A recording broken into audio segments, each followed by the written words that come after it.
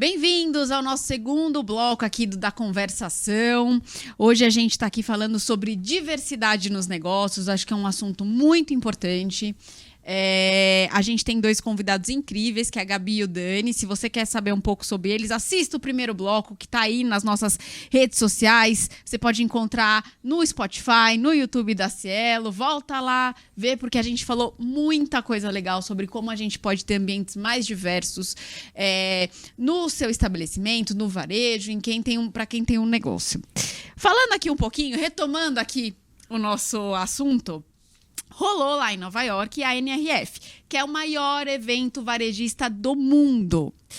E eles tiveram um dia específico para falar sobre diversidade e como isso impacta, né, nos resultados de quem tem um negócio. Como a diversidade é crucial, como ela tem que ser pensada, como ela tem que ser incorporada realmente no dia a dia dos estabelecimentos e das empresas. Aproveitando então um pouquinho esse gancho, né, sobre esse evento que mostra o quão importante é ter esse assunto em pauta da empresa, queria perguntar aqui para vocês um pouquinho sobre como essa cultura da diversidade e inclusão ela pode estar presente no varejo e como ela pode ser potencializada para você, visando, obviamente, o lucro, né, também. Como que uma empresa diversa pode também lucrar com isso, lá no final do dia. E como o pequeno varejista ele consegue se enxergar, colocar isso em boas práticas e ver também os resultados disso. Nath, acho que a gente tem um caminho que ele não se separa quando a gente fala de grandes empresas ou pequeno negócio, quando se fala de diversidade e inclusão, porque a gente está falando de olhar para as pessoas com um novo olhar. E incluir significa expandir esse olhar para pessoas que talvez você como negócio não estava atento e incluindo. A gente falou no nosso outro bate-papo sobre um processo de construção de valor que precisa agregar vários olhares na construção para que a gente consiga perceber outras realidades. No final, a minha oferta de produto ela vai ter mais atenção de diversos públicos quando ela é diversa. Ela é mais diversa, quando ela tem um fit com aquele contexto, quando ela de fato conversa com aquele cliente. Então, cada vez mais a gente vê o empoderamento do cliente. O design das coisas passa pela essa opinião e a construção até direcionada pela opinião do cliente. Então, se eu não colocar isso como um fator de desenvolvimento do meu negócio, da minha oferta de produto, a forma como eu me apresento o produto e como eu vendo esse produto, eu vou estar negligenciando um movimento e uma realidade que ela já está estabelecida. E um poder que o cliente passou a ter cada vez mais com as redes sociais, com uma nova configuração da dinâmica do comércio, que se eu não fizer isso, eu estou perigando ficar para trás. E acho que quando a gente fala de valor, no final do dia, a gente está falando que o valor ele já está sendo percebido de outra forma. O cliente não está buscando só o atributo do produto. Ele quer saber como ele foi feito, da onde aqueles recursos foram extraídos, como a composição do time que fez, o posicionamento daquela organização. E isso vale para a grande empresa, mas vale para o pequeno estabelecimento. Se você tem um conflito relacionado, vamos pegar aqui um caso hipotético, se você tiver dentro do seu estabelecimento comercial, você tem um restaurante e tiver um caso de racismo, e essa violência aconteceu no seu estabelecimento, você não está preparado para atender, para resolver, para direcionar a situação de uma melhor maneira, a chance disso criar um contexto externo maior e que isso vai ser negativo para o seu negócio é gigantesca e é rápido. Caiu na rede, amanhã já está, não digo no Brasil inteiro, está no mundo inteiro. Sim. Então, se a gente não percebe que os contextos do nosso negócio mudaram e a gente precisa se antecipar e modificar para que o valor percebido do cliente seja de fato incluindo diversidade e inclusão na sua construção, é um risco que eu acho que nenhum comerciante, nenhum pequeno, médio, grande negócio gostaria de ter. Sim. Eu já acompanhei vários estabelecimentos que fecharam, que quebraram por conta de uma situação de assédio sexual, por conta de uma situação de racismo. Porque hoje, como o Daniel bem disse, o consumidor tem mais voz. Hoje, se a gente olha nas avaliações ali do Google, se a gente olha nas redes sociais, a gente percebe como as pessoas, de um lado, estão mais críticas, né, sabendo dos seus direitos, sabendo em como essas empresas devem respeitá-los, e como essas avaliações são muito mais públicas e têm muito mais alcance. Então, a gente precisa ter essa visão, de um lado, de risco, de não fazer algo a respeito. Porque, poxa, a gente vai pensar, quanto custa parar meus colaboradores aqui para ter uma conversa sobre esse assunto? Vai custar X dinheiros. Mas, cara, quanto que vai custar se tiver um caso de assédio sexual aqui? Seu negócio pode quebrar, pode passar a não existir mais.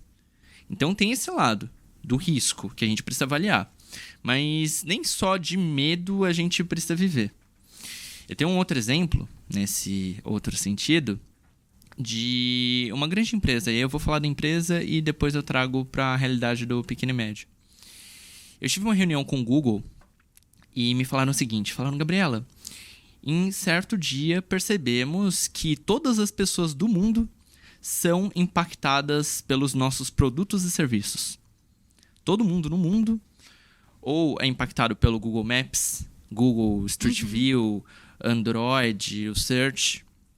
E aí, nesse sentido, a gente percebeu, o pessoal do Google me falando, que para atender essa diversidade de clientes do mundo, a gente também precisa ter essa diversidade aqui na nossa empresa.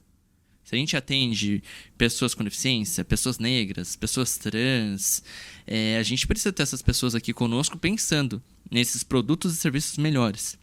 Porque, assim, esse é o exemplo do Google. Mas a sua empresa, o seu, não sei, rede de salão de cabeleireiro, a sua padaria, sua loja de carros, ela atende toda essa diversidade de clientes. Porque, vejam, existem estudos que apontam, tem um estudo recente da Ipsos, que aponta que 18% da população brasileira é LGBT. Existe um estudo da GLAAD, que é uma organização internacional, que aponta que 12% da geração Z é trans. É um número muito alto. Se a gente olha para a população negra aqui no Brasil, são 56% de pessoas. Mulheres são mais de 50% também. Então não dá para ignorar esse público. E eu vou até mais além. A inclusão, ela impacta a decisão de consumo não só daquelas pessoas que fazem parte de um grupo subrepresentado. Você se colocar como uma empresa apoiadora da igualdade de mulheres, se colocar como uma empresa apoiadora do movimento pela igualdade racial, isso influencia decisões de consumo de pessoas que não são negras, mas são aliadas àquela causa. Você se colocar como uma empresa que repudia o assédio sexual, por exemplo, isso impacta homens também.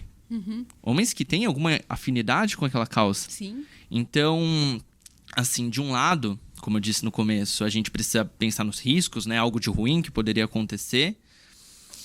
E, de outro, a gente precisa pensar em como é impossível de se ignorar essa diversidade de clientes, até mesmo de colaboradores. Se a gente quer as melhores pessoas trabalhando conosco, a gente precisa ter uma cultura, um ambiente de trabalho que seja preparado para essa diversidade. Porque hoje, com uma série de políticas afirmativas, ProUni, FIES, hoje nós tivemos uma mudança de demografia nas universidades. Hoje, a gente tem mais pessoas negras se formando no ensino superior. E para que a gente atraia esses bons talentos, que são talentos negros também, como que a gente se prepara para receber essas pessoas com uma cultura antirracista?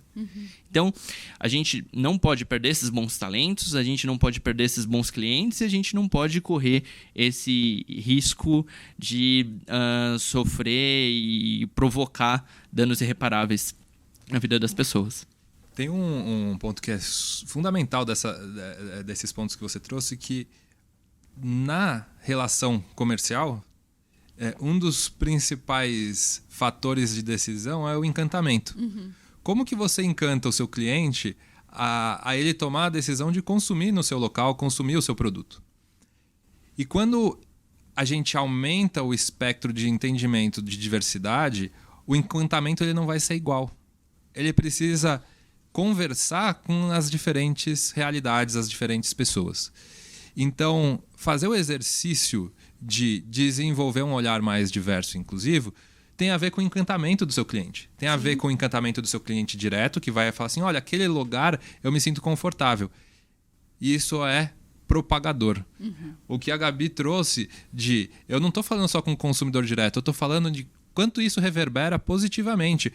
Aquele local tem um diferencial, aquele local eu sou respeitado, e isso é um megafone na mão de pessoas que estão engajadas e falando sobre os estabelecimentos que são, por hora, excludentes, que é uma experiência ruim, e é muito... Eu acho que aqui deve ser consensual, que é muito mais difícil você criar uma reputação positiva do que você reconstruir depois de um tombo, né?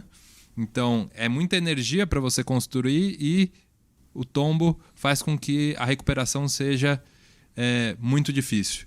Então, se preparar tem o fator de risco, mas tem o fator do encantamento. Eu potencializo os locais onde a minha marca chega, o meu produto chega, ou o reconhecimento do meu estabelecimento, porque eu fiz uma forma diferente de encantar. Bom, gente, então aproveitando aqui, né, acho que esse gancho, né, sobre como os estabelecimentos podem começar a, né, atuar para serem mais diversos, eu queria entender como a tecnologia, inovação pode nos ajudar a ter um estabelecimento mais inclusivo. Eu gosto de colocar a tecnologia sempre um olhar mais amplo, porque a gente vai para o lugar comum de tecnologia sofisticada, né? Inteligência artificial, robótica, e isso às vezes está distante da realidade da maioria das pessoas, pelo menos no ponto de uso e desenvolvimento de tecnologia. Agora, a tecnologia, ela está a serviço de algo. A tecnologia ela não é agnóstica e não serve a alguém. Ela sempre tem que ter o sujeito para quem a tecnologia foi desenhada. E esse sujeito é diverso. E a realidade do Brasil é diversa. Então, quando a gente fala de tecnologia e oportunidades de negócio, as oportunidades são gigantescas. Vamos pegar aqui um problema social que ainda acomete o Brasil de formas diferentes e contextos diferentes. Saneamento básico. A gente não tem água potável para todos os brasileiros. Então, isso é um fator de exclusão. Se você não tem nem água potável, como que você vai olhar para outros aspectos do desenvolvimento da sua vida? Então, o fator de exclusão, a falta de água potável, ela, ao mesmo tempo, ela é uma questão socioeconômica, mas ela também coloca em oportunidade, no campo de oportunidade, organizações que hoje já existem, ainda bem, né? Startups, por exemplo, que estão criando soluções tecnológicas de saneamento, ou seja, de tratamento de água para localidades afastadas que não têm infraestrutura, mas com isso garantir água potável. Esse é um dos exemplos de, por exemplo, organizações que estão fazendo essa mudança, estão fazendo esse movimento, negócios que promovem o impacto social. E esses negócios que promovem impacto social, eles têm uma pegada e um olhar muito forte para promover a inclusão. A diversidade é um dos objetos de interesse aí no sentido de como eu resolvo os grandes problemas, os grandes dilemas, com uma solução de negócio. Eu acho que esse é um primeiro ponto da tecnologia. A tecnologia a resolver os problemas que a gente ainda não conseguiu resolver. E aí tem uma questão da tecnologia, de fato, no dia a dia dos negócios já existentes. Como que eu trago as novas tecnologias para melhorar a experiência das pessoas com o meu negócio? Bom, eu entendo que há várias reflexões possíveis sobre um uso responsável da tecnologia e, nesse sentido, trazendo um pouquinho mais para o dia a dia. Uma pergunta que eu faço à pessoa que nos assiste, nos ouve aqui, é: você legenda os stories que você publica no Instagram, por exemplo, porque essa é uma boa prática de acessibilidade digital. Simplesmente legendando esses stories, você pode tornar o seu serviço mais inclusivo para aquelas pessoas que não ouvem. E Gabi, só esse ponto, ele é importantíssimo, porque ele não atende só as pessoas que não conseguem ouvir, não apenas as pessoas com deficiência visual, deficiência auditiva. Ele atende as pessoas que não podem, por exemplo, colocar o som naquele momento. Então é uma ideia que ela é inclusiva para todas as pessoas. Exato. Só pegando um parênteses disso que você trouxe, Dani, eu acompanhei a implementação de um banheiro sem gênero, aliás, alguns banheiros sem gênero numa rede de shopping centers. E foi bem legal a estratégia de comunicação em cima disso, porque não era só uma ação que contemplava pessoas trans e não binárias. Era uma ação que contemplava pais que muitas vezes não conseguiam levar o filho, a filha para o banheiro ali. Então acabou se tornando uma coisa boa para a família de maneira geral, para pessoas trans. Como você bem disse, uma legendagem de stories não só ajuda aquela pessoa com deficiência, mas várias outras também. E aí nesse sentido, ainda pensando em acessibilidade digital, eu relembraria aqui a importância de se descrever postagens, publicações nas redes sociais. Para quem não sabe, essas ferramentas como um Instagram, por exemplo, se você entra nas configurações de um post, você pode colocar nessa foto uma xícara branca com o logo azul sobre uma mesa. Você torna esse seu produto ali disponível à venda mais acessível para um público maior de consumidores, descrevendo essa imagem. Se você tem, não sei, um hotel, uma pousada, e você criou um formulário de cadastro desse hóspede, você também pode ter uma visão de inclusividade quando você pensa ali nas perguntas que você faz. Você pode perguntar nesse questionário qual o pronome do seu hóspede. Porque assim, acontece muito comigo. Eu estou num hotel, eu ligo para a recepção, ouvem minha voz, que é um pouco mais grave, e me chamam imediatamente de senhor. Então, se um hotel já no cadastro ali, no pré-cadastro, já pergunta esse pronome e já coloca ali na ficha de, esse é o quarto da Gabriela, é ela, dela o pronome. Isso evita uma série de situações ruins. Se você pensa em questão de acessibilidade mesmo, né? Uma pessoa com deficiência, você pode entender ali no pré-cadastro também todas essas demandas específicas dessa pessoa. Então, enfim, quando a gente pensa em tecnologia, a gente pode fazer um uso no dia a dia, né? De um formulário de cadastro, um bom uso, um uso responsável das redes sociais também. E, gente, isso é comunicação. Todo mundo que vende, né? Vende blusa, vende, enfim, faz comunicação nas redes sociais. E imagina como você aumentou aí o seu pool de possíveis clientes, né? Eu, por exemplo, dou TT bastante de madrugada e eu adoro ler a legenda porque eu não posso escutar alto. E aí eu me informo, eu vejo, eu compro de madrugada às vezes só com a legenda. Então, cara, é útil para todo mundo. E esse acho que são pequenos exemplos de como realmente lá no final você pode inclusive converter um pouco mais suas vendas no final do dia, tá? A gente tem um parceiro aqui na Cielo, Guia de Rodas, e o Bruno ele tem um lema, né, que é: uma ideia quando é boa para todos. É isso mesmo. E é isso. Quando você entra na jornada de fazer diversidade e inclusão, você entra numa jornada de encantamento das pessoas. De todo mundo. E aí isso vai reverberar de uma maneira que às vezes você nem imaginava que aquilo ia ser visto por pessoas que não estavam no seu olhar inicial, mas como positivo. É isso mesmo. E até falando, às vezes você pode pensar, mas é caro investir nisso. Não vou fazer legenda porque não sei como, não sei se é de graça na ferramenta, enfim. Quanto é para uma empresa investir, como é investir em diversidade e inclusão sem investir, né? Sem gastar muito? Geralmente, quando se pensa em inclusão, se imagina já rampas de acesso, né? Elevadores que custam dezenas de milhares de reais, mas não é só isso também. há outras coisas que a gente pode fazer no dia a dia. Então, você tem um hotel. O fato de o shampoo estar em cima da mesa e o condicionador estar num outro balcãozinho do banheiro, isso pode se tornar mais acessível para uma pessoa com deficiência visual. Você pode falar, olha, esse está em um lugar, o outro está em outro lugar. Assim, é uma pequena mudança ali em um processo que, em teoria, custa zero, que pode tornar algo acessível. Empresas, de maneira geral, têm criado grupos de afinidade, né? Grupos de mulheres, grupos de pessoas negras. Isso, em teoria, não tem um custo direto, né?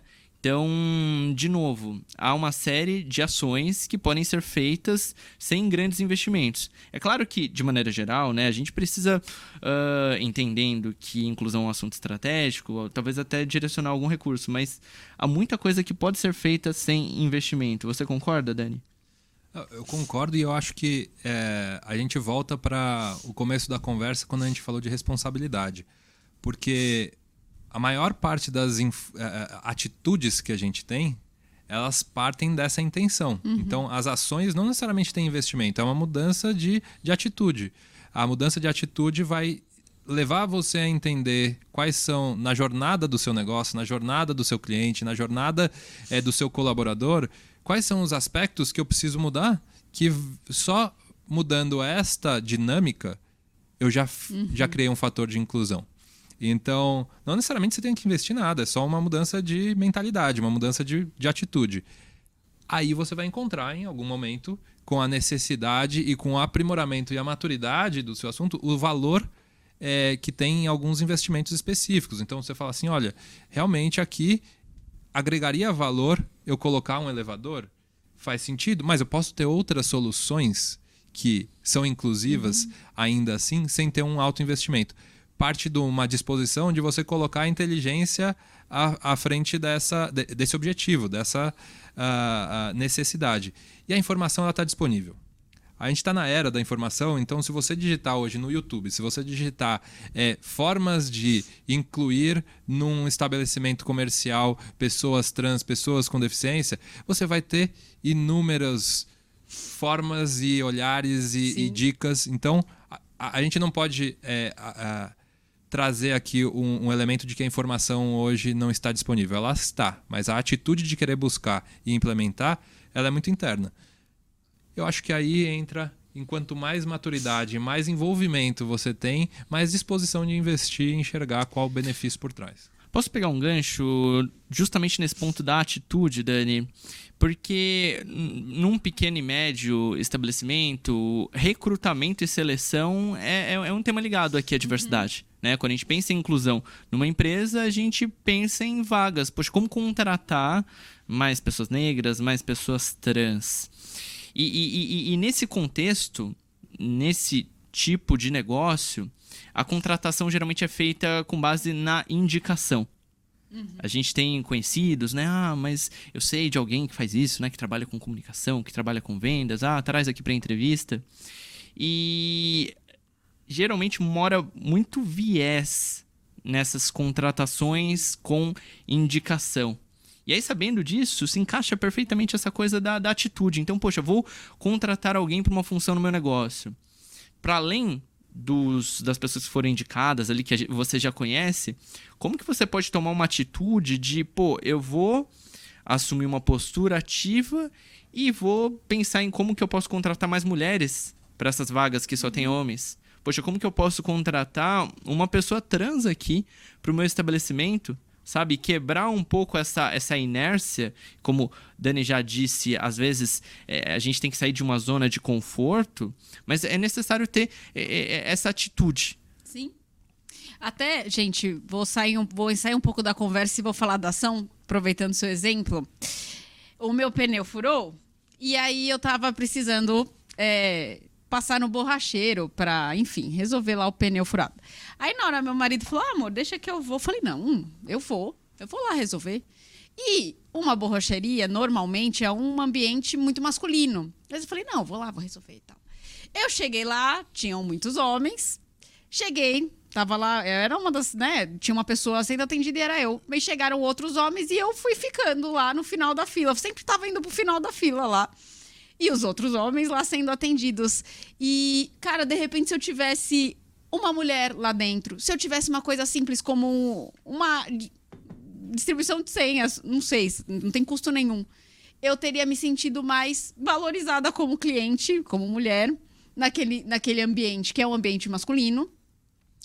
E teria sido, inclusive, atendida pela minha ordem de chegada, por exemplo, né? Provavelmente nem reconheceram você como cliente, né? Acharam que você era uma mulher esperando o marido. Você tá perdida aí, não sei o que tá fazendo. Que você tava esperando o marido que já tinha sido atendido. É verdade. Não tinha pensado nisso. Eu, na hora, me senti tão encolhida, né? Tipo, tão... que eu também não conseguia falar, porra, tô aqui.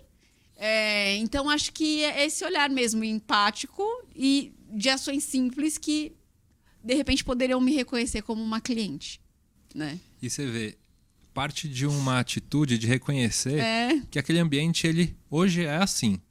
E a atitude, talvez, do líder ali, ou do próprio dono do estabelecimento, de mudar essa configuração de receber o cliente, já é um fator de inclusão. E aí a gente começa a quebrar esses vieses, porque você começa a construir outras realidades. O primeiro ponto que você trouxe aqui é que já estava predisposto na sua avaliação de que aquele ambiente seria um ambiente hostil. Seria um ambiente hostil para você ir buscar o serviço. E essa realidade, ela é uma realidade que, para ser transformada, precisa da atitude desse estabelecimento, ele se tornar referência, e a partir dessas referências os outros estabelecimentos começaram a olhar que aquela é a experiência adequada para ser mais inclusivo. Então, uma única borracharia consegue fazer isso, e ela consegue se tornar referência, porque você ia falar, olha, eu fui nesse local e esse local é diferente, ele tem um atendimento diferente, e esse atendimento ia reverberar de uma outra maneira para o negócio borracharia. Bom, eu queria acrescentar um ponto ainda sobre a história da borracharia. Quando a gente olha esse tipo de estabelecimento, oficina mecânica, carros, a gente lembra que esses lugares são só lugares de homens, assim. Né? Que só homens trabalham ali, apesar de muitas mulheres consumirem ali. E, nesse sentido, eu queria relembrar a importância do recrutamento, de contratar pessoas, mais mulheres, contratar pessoas trans. Porque imagine só, se aquela oficina tivesse mais pessoas, mais mulheres ali, né, como colaboradoras, isso provavelmente ia provocar uma transformação de cultura. As mulheres ali iam ter mais consciência, iam de alguma forma ajudar os homens a refletir sobre como atender bem mulheres. Né? Eu participei de uma campanha recente de um parceiro de negócio nosso, e a campanha era fundada sobre um mote que era Conviver Transforma. Então, se a gente quer promover uma experiência de consumo legal para pessoas de grupos subrepresentados, que a gente tem essa inclusão no consumo, a gente necessariamente precisa ter essa diversidade no nosso corpo de colaboradores. E isso passa por um recrutamento inclusivo, por pensar em vagas direcionadas a mulheres, a pessoas negras, aquela atitude que a gente falou antes. E olha que interessante, quando a gente está falando de recrutamento e seleção e os vieses que a gente traz, as convicções que a gente tem e como isso influencia a configuração final desses locais. Recentemente eu estava numa discussão também sobre questão de recrutamento e seleção aqui dentro da Cielo, e em conversa informal a gente... o cara para aquela vaga, e a gente usando a palavra cara, sem ter pré-estabelecido se seria um homem, se seria uma mulher, quem vai ocupar, quem que vai atender o perfil daquela vaga. Então a linguagem importa, porque ela conversa primeiro de tudo com você mesmo. E se você tem um fator reforçador o tempo todo de usar uma linguagem que não é inclusiva nesse sentido, você predispõe aqui aquela cadeira que na borracharia só vai ter homem, que na oficina mecânica só vai ter homem, e você tem estabelecimentos, por exemplo, de mecânicas que são só mulheres. Tem eu não me recordo agora o nome do negócio, mas que são só mulheres mecânicas. É uma escola de mecânica para mulher. Então você vê, a gente coloca esse local num lugar exógeno, num lugar estranho, porque na nossa mentalidade a gente conversa com nós mesmos de que aquele lugar é um lugar de homens. E aí quando a gente pensa quem tá lá, quem é o mecânico, não é a mecânica. Posso fazer uma colocação? E eu vou me esforçar ao máximo para não tornar isso abstrato, tá? Pegando esse último gancho de, às vezes a gente acha que uma oficina mecânica é um lugar de homens. Por que a gente acha isso? Porque há um conjunto de símbolos, né? Até a linguagem incide aí. Sim. E assim, quando a gente estuda a coisa da cultura na empresa, a gente vê nos livros que cultura é composta por muitas coisas. Linguagem, os comportamentos, processos, mas tem uma coisa chamada artefato. Artefato é um componente da cultura de uma empresa. É um componente... vou tentar explicar isso de uma maneira simples. Uma borracharia que tem fotos de mulheres de biquíni na parede. Sabe aqueles calendários mais antigos, assim, né? Uma cultura mais masculina. Ia falar o nome do calendário. É uma marca, vou ficar quieta. Exato. Isso é um símbolo muito poderoso, né? Um calendário desse de mulheres de biquíni na parede de uma oficina mecânica. Que mostra que aquele lugar não é um lugar para mulheres, é um lugar para homens. O fato de você repensar esses símbolos, né? Criar outros símbolos que reforcem uma outra ideia. Poxa, às vezes as pessoas me perguntam, Gabriela, mas é aquela questão do banheiro para pessoa trans e tal. E eu sempre relembro a importância dos símbolos, né? Você pensar, por exemplo, uma plaquinha lá no banheiro que fale, esse é um banheiro sem gênero. Esse é um banheiro para mulheres, mas para todas as mulheres. Né? Você criar um símbolo positivo que provoque essa reflexão, que mostre que, esse é um lugar que respeita pessoas trans. Esse é um lugar que respeita pessoas não binárias, que respeita mulheres. Sabe, uma plaquinha na parede, ou na porta do banheiro, pode ter um poder muito grande, né?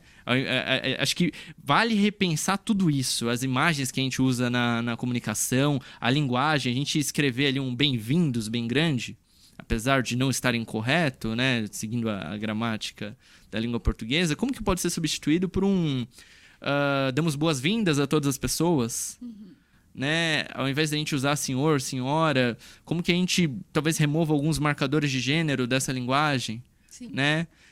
São coisas no dia a dia que a gente pode fazer, que pode construir símbolos que passem uma mensagem de que nosso negócio é amigável à diversidade.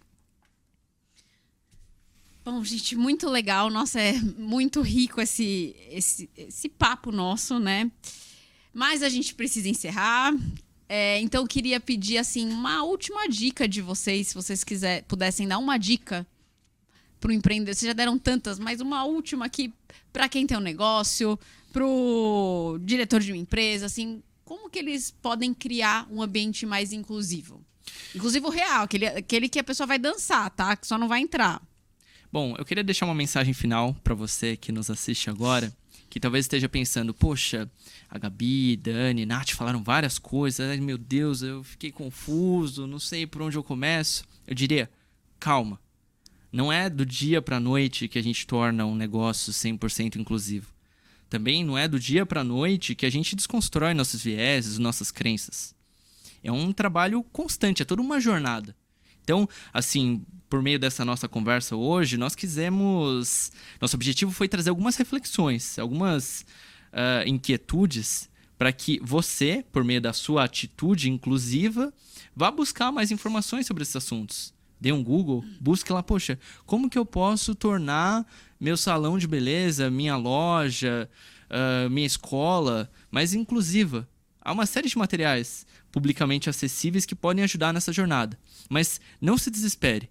Siga com constância, que eu tenho certeza que fazendo o seu papel, a gente juntas, vamos construir um mundo mais justo e mais igualitário.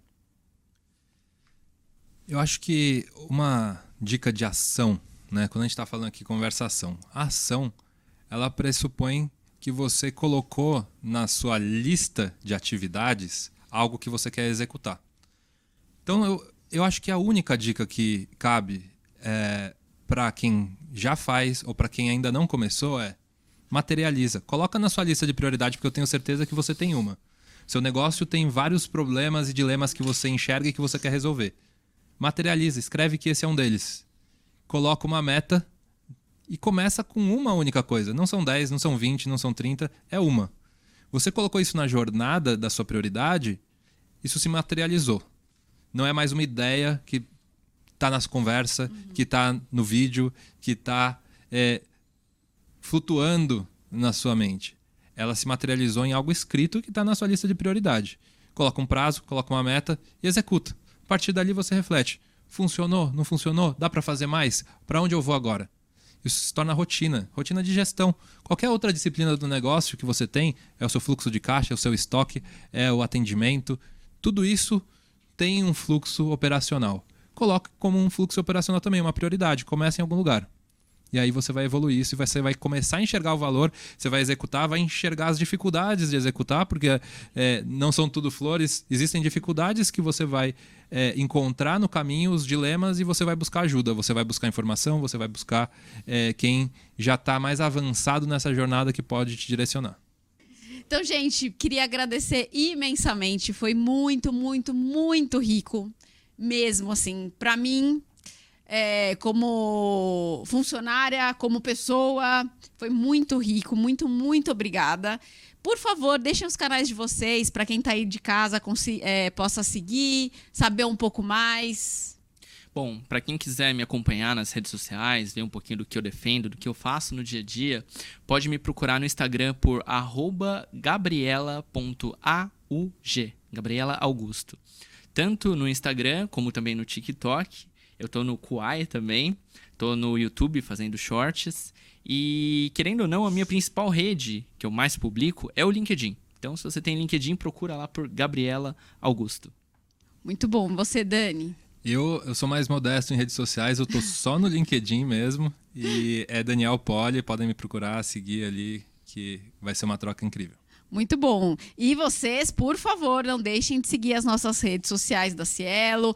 Tem no LinkedIn, tem no Instagram, tem no Facebook, tem no Spotify, tem no YouTube, tem para todos os gostos. Então, por favor, porque Da Conversação é um programa, tem muito conteúdo e logo mais estaremos de volta aí. Muito obrigada. Beijo!